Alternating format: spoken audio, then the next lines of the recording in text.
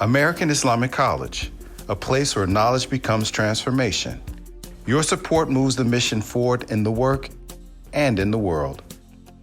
This is more than education, it's a calling, because every contribution leads to a life of purpose and impact.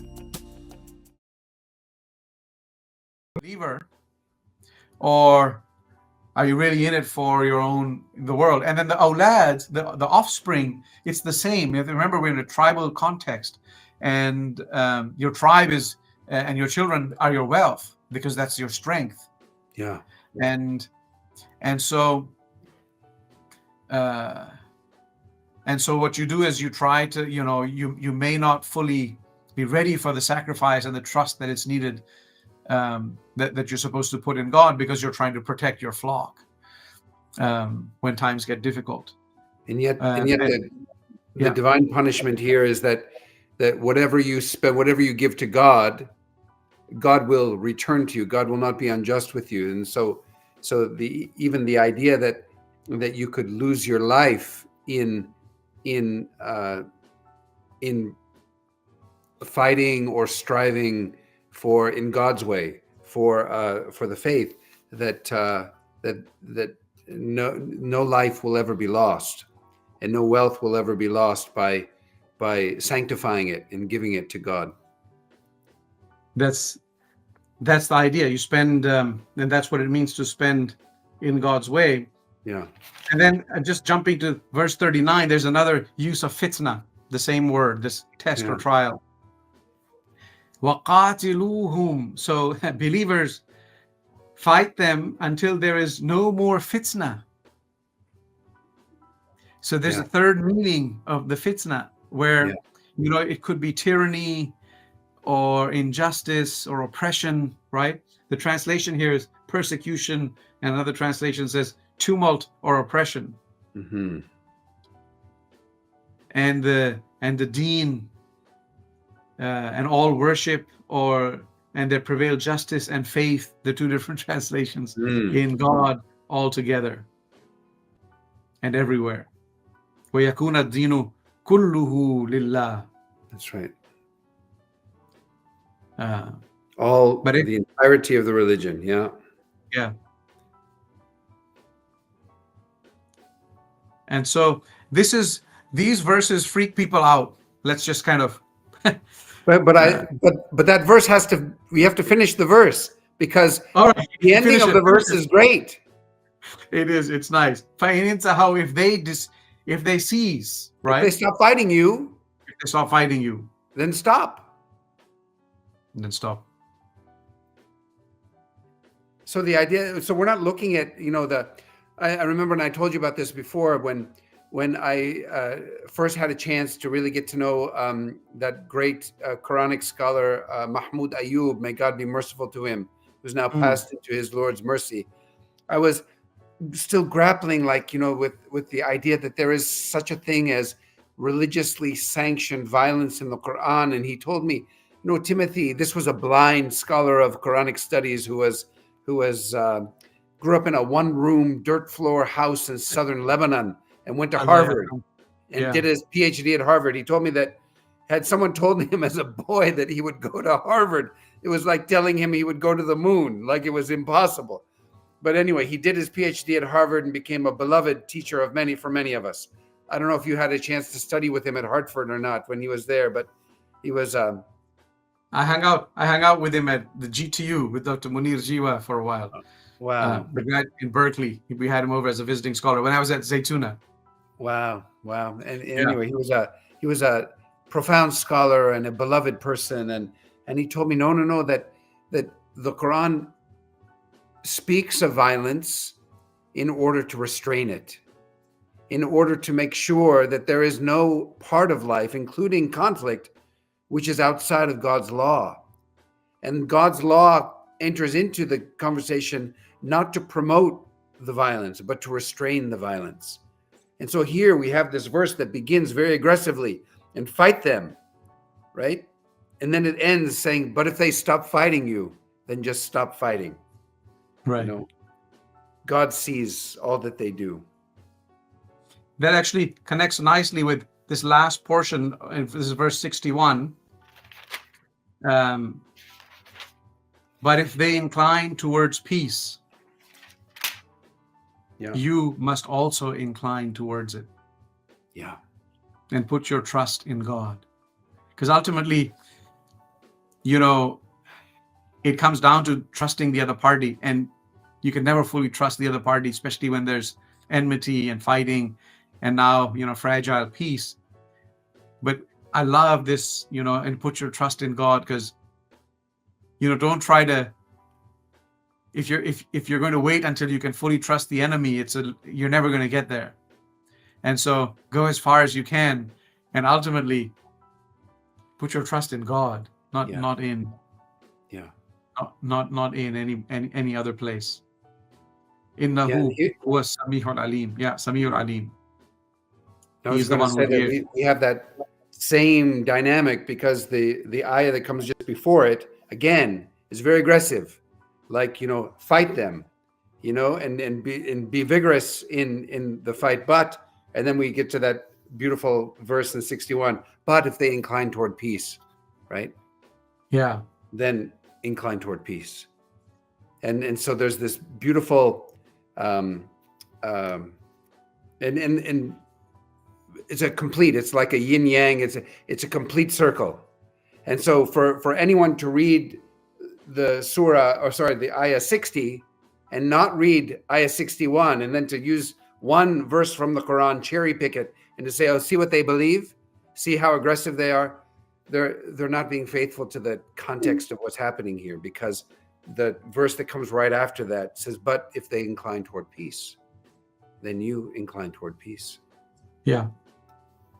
There's a couple of comments here. One is, as we kind of come to the end of the surah, it's important to note that qatilu is, fa'ilu ala wazn mufa'ala. So it's a mutuality. It's not, you know, one directional violence, but there's two sides here, and that are engaged in this. So that's important. Another comment that had come earlier was when we were talking about when you threw, it wasn't you threw, but God who threw, and you didn't slay, but God who slew. The Hadith Qudsi, we were reminded of that Hadith Qudsi, where if you come closer to God with the acts of devotion, the fara'id, and then the nawafil, it comes to a point where my servant continue to draw near to me until I am his hearing with which he hears, the seeing with which he sees, and the hand with which he strikes, and the foot with which he walks. So there's deeply a spiritual hadith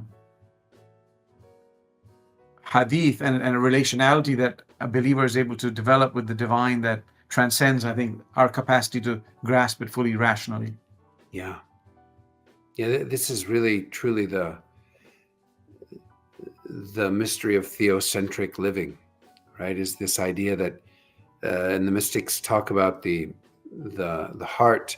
We haven't quite dealt with it explicitly here yet, but when Mecca surrendered to the Muslims, to the Prophet, and to his companions, the first thing he did, one is he forgave almost everyone in Mecca who had opposed him, but two, he cleansed the Kaaba of all of the hundreds of idols that had been packed inside there, and so it was restored as a house for the one God.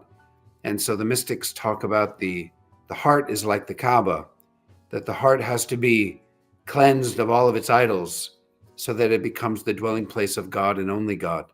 And when a person has done that work, that psychological and spiritual work to truly cleanse the heart and to sanctify it for God's presence, then human life and the human being looks completely different from what we're used to seeing and what we're used to experiencing, even with ourselves. And so at that moment, right, that's where the mystery of God bearing witness that there is no God but God, and that the prayer becomes almost a recital of God bearing witness that there is no God but God, and the human being then becomes a conduit through which these beautiful qualities of God manifest in the world. But this is far beyond, I can't speak for you. I can just say it's far beyond Timothy at this moment in my own spiritual journey. But those beautiful indications are waiting for us, inshallah, down the road. Inshallah. That was beautifully put. Thank you. Thank you for that.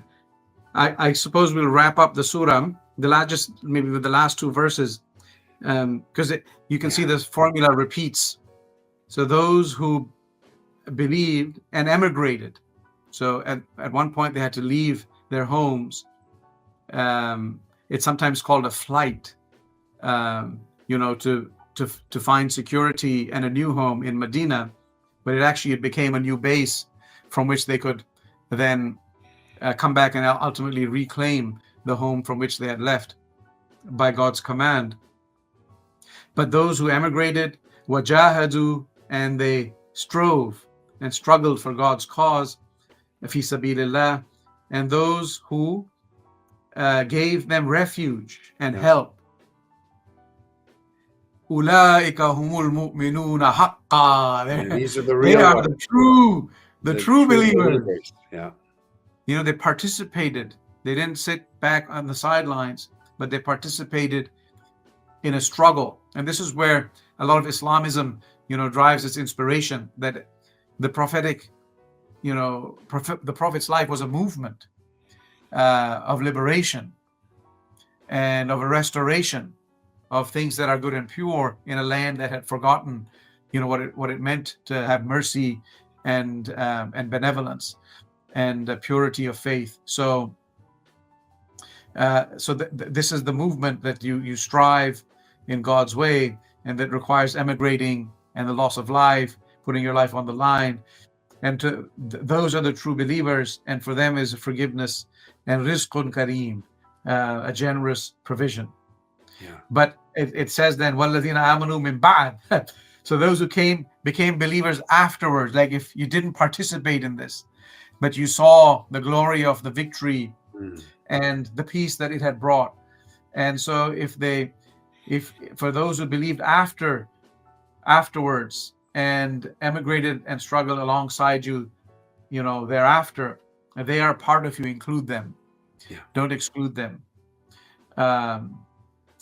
But relatives, and this was interesting to me, وَأُولُو الْأَرْحَامِ بَعْضُهُمْ أَوْلَى بِبَعْضٍ فِي كِتَابِ اللَّهِ. So in the book of God, relatives still have prior claim over one another, despite this new affiliation that you have through a solidarity in a shared struggle. And this brings me back to when we looked at Al-Anfal, maybe. وَاتَّقُوا اللَّهَ الَّذِي تَسَاءَلُونَ بِهِ. So have regard for God, in whose name you ask of each other, and have regard for the wombs that bore you. So there's something very important about those relations that are blood ties. Yeah. And yet in the very next surah, in Surah At-Tawbah, we also see that if those relatives are not part of the religious community, if they're not believers, then do not take them as your protectors. Right. And so I think that the next surah Tawbah, you can feel the heat is turning up. You can feel that the situation is getting more dire, and so we're seeing people all these people who want exemptions, as you said. We see people who are breaking their oaths, with the Prophet. We see people who are betraying the agreements, and then we also see a caution that, if your relatives are not part of this, this monotheistic movement and community, then do not take them as your protectors, as your allies in a way. No, that's it. So let me ask you then directly, why do you think there is no basmala, the formula for God's beginning in the name of God and the mercy at the beginning of this surah. You know that I refuse the theory that this is a moment when there could be no rahmah, because we read that God has written rahmah upon himself, so that rahmah is, next to God's unity, tawheed, next to affirming God's unity, there perhaps is no more important attribute of God than rahmah. And I understand that all of the attributes are working together and are inseparable in some ways from each other. And so I have to say that I as a amateur reader of the Quran and engager of the Quran, I don't know. I mean, I'm hesitant to theorize, but I have to say that the idea that the situation had gotten so dire when this chapter was revealed that there could be no affirmation of God's rahmah. I don't know. I have difficulty accepting that. So I do have a theory. Okay.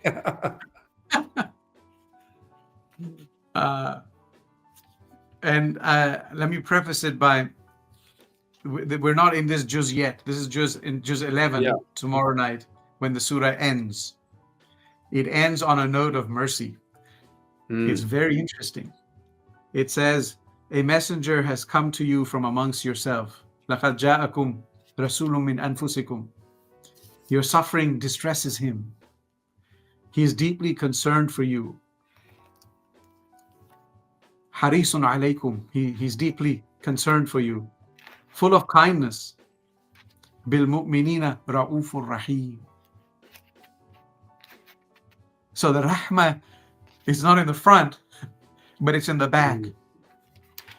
And it's not from God. It's from the messenger. It's from the messenger. And it's not for everybody. It's for the believers. And so with that preface, I'm just going on text here. Okay, this is text reading. This is text reading. So you know how we read in Al-A'raf, the messengers came. We actually didn't read about each of the messengers, but they said, the messenger came and said, believe I'm a messenger of God unto you, so worship God alone. And then they would reject the messenger.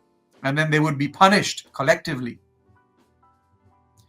And so in this surah, the time for the punishment of the Quraysh who rejected the prophet, like the peoples before had rejected their prophets, their time for their punishment has come. And so this is why the mercy for that moment in history is punishment time. And God is always merciful in a metaphysical, transcendent way. But in history, it had come time for the people who had rejected the prophet to be punished. And so this surah, it begins without that basmala. And in the beginning, it's like, Bara'atun min Allahi wa rasulihi ila allazina a'tum min mushrikeen. So all the treaties and all are done now. Time is up. And you get the infamous sword verse, like they're given 4 months to kind of think about it. And then, verse 9:5 is called the sword verse. Is that when the sacred forbidden months are over, wherever you encounter the idolaters, it's very, very strong. Faqtulu, like now it's time to slay them, kill them, seize them, besiege them, wait for them at every lookout post. But if they turn to God and maintain the prayer and pay the prescribed alms, let them go their way. For God is forgiving, most merciful. So they have to make a choice. And when we read a number of these verses about peace, like the one we read right a moment ago, that if they incline for peace, you incline for peace. A lot of the exegetical material says all of these verses have been abrogated by the sword verse, because chronologically this verse comes later and supersedes. And this verse is very, very troubling if you think it has any application whatsoever today. And I'm deeply troubled by it, and so we have to think about it and take it seriously. It's in scripture, and I don't want to gloss over it. But the way that I understand this, and I got this insight again from Dr. Israr, who offered this reading, is that this is that punishment that is meted out to the followers of prophets when they disobey. Only in the past, it always came through some natural disaster, an earthquake, a storm. But here, and so it's exclusive. It doesn't apply to us. It's just for that. It's like it becomes another story of the messengers. And if you look at verse 14, it says, قَاتِلُوهُمْ. So fight them. يُعَذِّبْهُمُ اللَّهُ بِأَيْدِيهِمْ. So this is that punishment. God is punishing them, but it's not a storm or an earthquake. It's by your hands, by their hands. Yeah. And so it's that final kind of moment in a prophetic, in the life of a prophet, but it doesn't apply to those who come afterwards. It becomes a historical account. So then Dr. Asrar did not accept the idea that one particular verse abrogates all the other instructions with regard to fighting and inclining toward peace if they stop fighting, and then if they incline toward peace. Right. I can't remember if he said this is the only reading, but he said this is another reading, if you read thematically and textually, that the Quran does offer us. Very interesting. And one of the things that I think we are kind of embodying here is that if there is one way to read the Quran, only God knows, only God and the Prophet would know that. And so what we have now, a 1,400 year interpretive tradition, which is still ongoing. So people are still, working out, struggling with these verses, thinking about how to understand particular verses within the wider context of what the Quran is teaching and what the principles of the faith. And so this is a beautiful reading of Dr. Asrar. Did he ever write that down? He might have, I don't know, but I did. Okay. In an article for the Building Bridges seminars that we participated in. I'd love to see that. Yeah. Wow. Yeah, I can pull it out and share it with you. Wow. But as we wrap up here, I think this approaching time, this was a bit heavy. What I want to say is two things. One, remind myself and everybody that, in the latter days of indiscriminate violence, there's context for everything. Of indiscriminate violence, be like the better of the two sons of Adam. Like that's also scripture. And the importance of reading things carefully and having a tradition of scholarship and even some responsible kind of readers to help us think through this, because if every random person just picks up the book and finds a verse and takes it completely out of context, and then can do great harm. And we've seen a lot of harm come from, like you said, cherry picking and reading things out of context and completely violating what is an overall spirit of clearly what we see in God's revelation with the hermeneutic key of mercy. That's well said.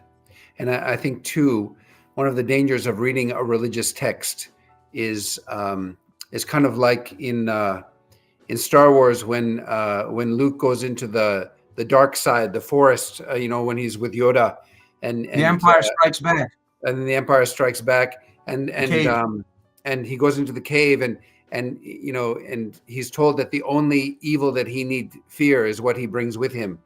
And so sometimes when we are engaging a text, we're the ones who bring the wrong hermeneutical key.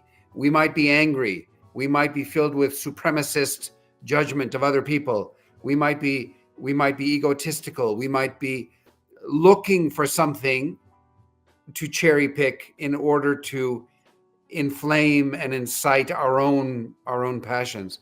And I think that this is something that, I've never met anyone who just read a verse in the Bible or in the Quran and said, "Oh, yeah, I got to go out and start, harming people," because the desire to do violence was already in their heart. And we know that the Hebrew Bible was used as a justification for the enslavement and the oppression and the genocide of the indigenous peoples here in North America. That they were Bible reading, church going people who felt like this was that now the indigenous peoples of North America were the new Philistines and Canaanites and the peoples of the Old Testament.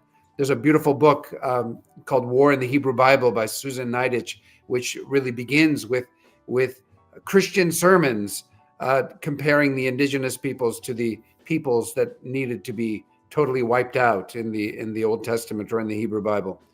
In any case, I think that this is something that we often need to be mindful of. And one of the beautiful things about reading the Quran with a partner, the way we're doing it, is that when it seems that we're getting too personal, or it seems that there's a gentle, loving, respectful way to challenge that, and to call one another to a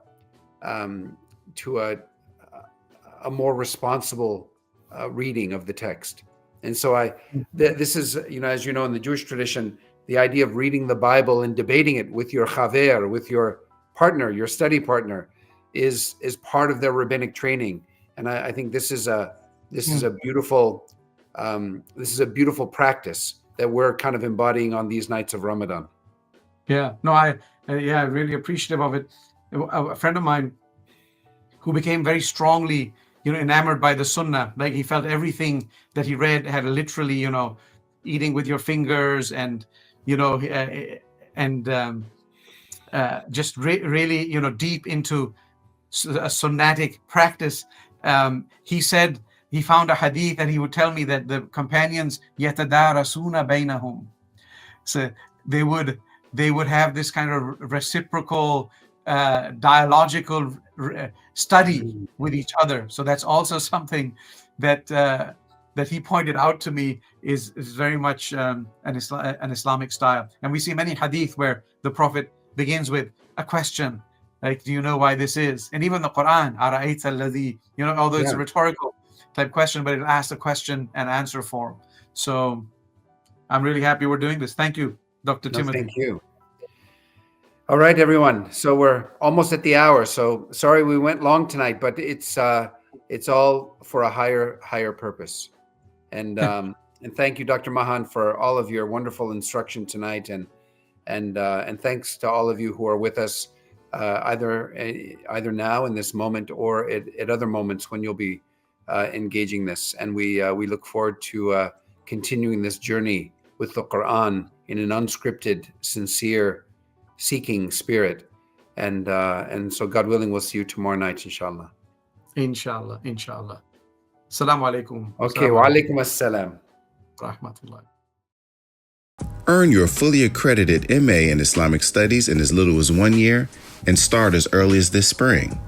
If you've done Alamiya, studied at a Darul Uloom, or gone deep in traditional seminary life, but nobody's giving you credit for it in the academic world, this is your bridge from classical Islamic learning to recognized credentials. Fully online, affordable, built for students just like you. Apply now and prepare to lead a life of purpose and impact.